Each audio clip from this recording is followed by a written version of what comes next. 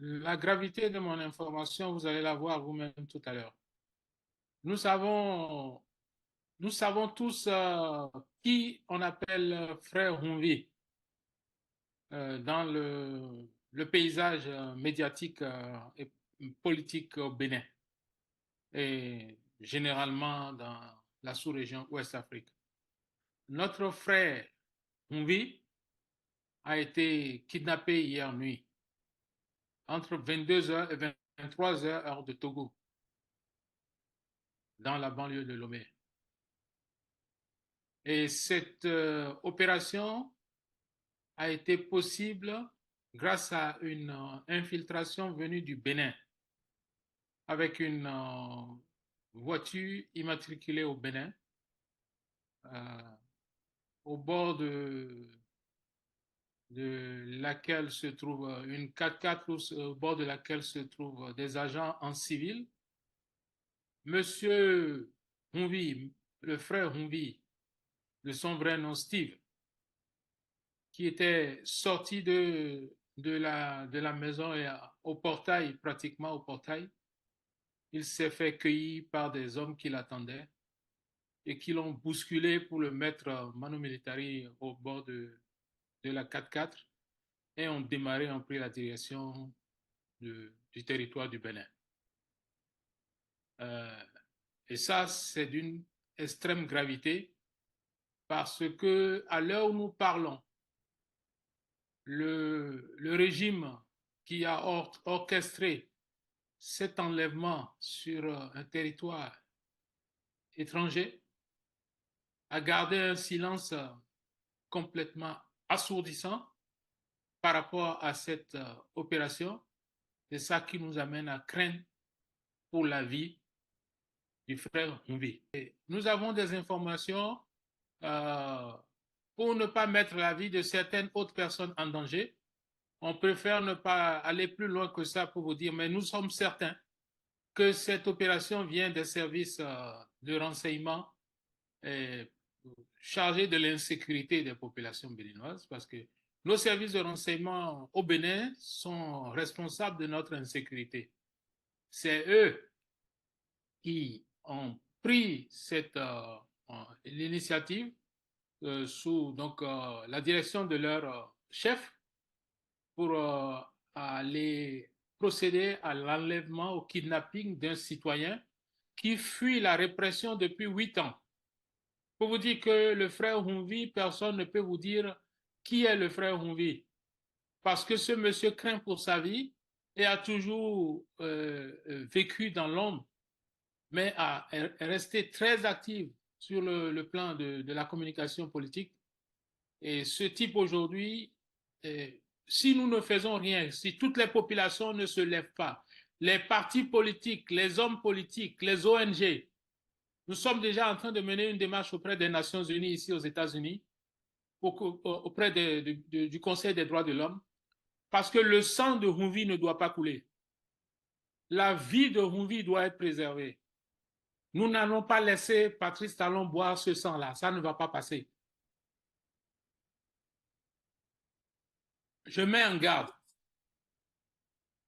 Je mets en garde le pouvoir qui est finissant de Patrice Talon, mais qui veut s'arranger pour un autre mandat, que la vie de Humvi doit être préservée. Sa sécurité doit être garantie. Et si on lui reproche quelque chose, qu'on lui fasse un procès en bonne et due forme, nous sommes prêts à mettre tous les moyens et les avocats qu'il faut pour défendre ses droits. Parce qu'il n'a rien. Moi, à ce que je sache, je ne sais pas s'il a déjà tué une mouche au Bénin pour qu'il mérite d'être enlevé, kidnappé sur le territoire autrui. Je mets en garde les pouvoirs, ceux qui ont orchestré son enlèvement, qu'ils sont responsables de sa vie. Mon vie ne doit pas souffrir, ne doit pas mourir. Son sang ne doit pas couler. Il est dans leurs mains. Et il faudrait que l'opinion nationale et internationale soit au courant. Les démarches continuent. Nous allons alerter toutes les organisations des droits de l'homme possibles qui y a sur la planète Terre pour que rien n'arrive à Rouvi. La gravité de mon information, vous allez la voir vous-même tout à l'heure. Nous savons, nous savons tous qui on appelle frère Rouvi dans le paysage médiatique et politique au Bénin et généralement dans la sous-région Ouest-Afrique. Notre frère Rouvi a été kidnappé hier nuit entre 22h et 23h heure de Togo dans la banlieue de Lomé.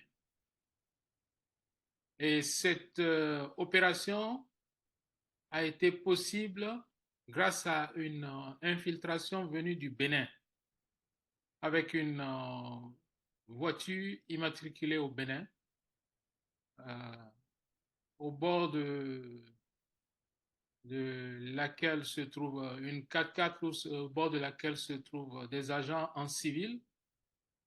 Monsieur Humvi, le frère Humvi, de son vrai nom Steve, qui était sorti de la maison et au portail, pratiquement au portail, il s'est fait cueillir par des hommes qui l'attendaient et qui l'ont bousculé pour le mettre manu militari au bord de la 4x4 et ont démarré, ont pris la direction du territoire du Bénin. Et ça, c'est d'une extrême gravité parce que à l'heure où nous parlons, le régime qui a orchestré cet enlèvement sur un territoire étranger a gardé un silence complètement assourdissant par rapport à cette opération. C'est ça qui nous amène à craindre pour la vie du frère Humvi. Nous avons des informations pour ne pas mettre la vie de certaines autres personnes en danger. On préfère ne pas aller plus loin que ça pour vous dire, mais nous sommes certains que cette opération vient des services de renseignement chargés de l'insécurité des populations béninoises, parce que nos services de renseignement au Bénin sont responsables de notre insécurité. C'est eux qui ont pris l'initiative sous la direction de leur chef pour aller procéder à l'enlèvement, au kidnapping d'un citoyen qui fuit la répression depuis 8 ans. Pour vous dire que le frère Humvi, personne ne peut vous dire qui est le frère Humvi, parce que ce monsieur craint pour sa vie et a toujours vécu dans l'ombre, mais est resté très actif sur le plan de la communication politique. Et ce type aujourd'hui, si nous ne faisons rien, si toutes les populations ne se lèvent pas, les partis politiques, les hommes politiques, les ONG, nous sommes déjà en train de mener une démarche auprès des Nations Unies ici aux États-Unis, auprès du Conseil des droits de l'homme, parce que le sang de Humvi ne doit pas couler. La vie de Humvi doit être préservée. Nous n'allons pas laisser Patrice Talon boire ce sang-là, ça ne va pas passer. Je mets en garde. Je mets en garde le pouvoir qui est finissant de Patrice Talon, mais qui veut s'arranger pour un autre mandat, que la vie de Humvi doit être préservée. Sa sécurité doit être garantie. Et si on lui reproche quelque chose, qu'on lui fasse un procès en bonne et due forme, nous sommes prêts à mettre tous les moyens et les avocats qu'il faut pour défendre ses droits. Parce qu'il n'a rien. Moi, à ce que je sache, je ne sais pas s'il a déjà tué une mouche au Bénin pour qu'il mérite d'être enlevé, kidnappé sur le territoire autrui. Je mets en garde les pouvoirs, ceux qui ont orchestré son enlèvement, qu'ils sont responsables de sa vie. Humvi ne doit pas souffrir, ne doit pas mourir. Son sang ne doit pas couler. Il est dans leurs mains. Et il faudrait que l'opinion nationale et internationale soit au courant. Les démarches continuent. Nous allons alerter toutes les organisations des droits de l'homme possibles qui y a sur la planète Terre pour que rien n'arrive à Rouvi.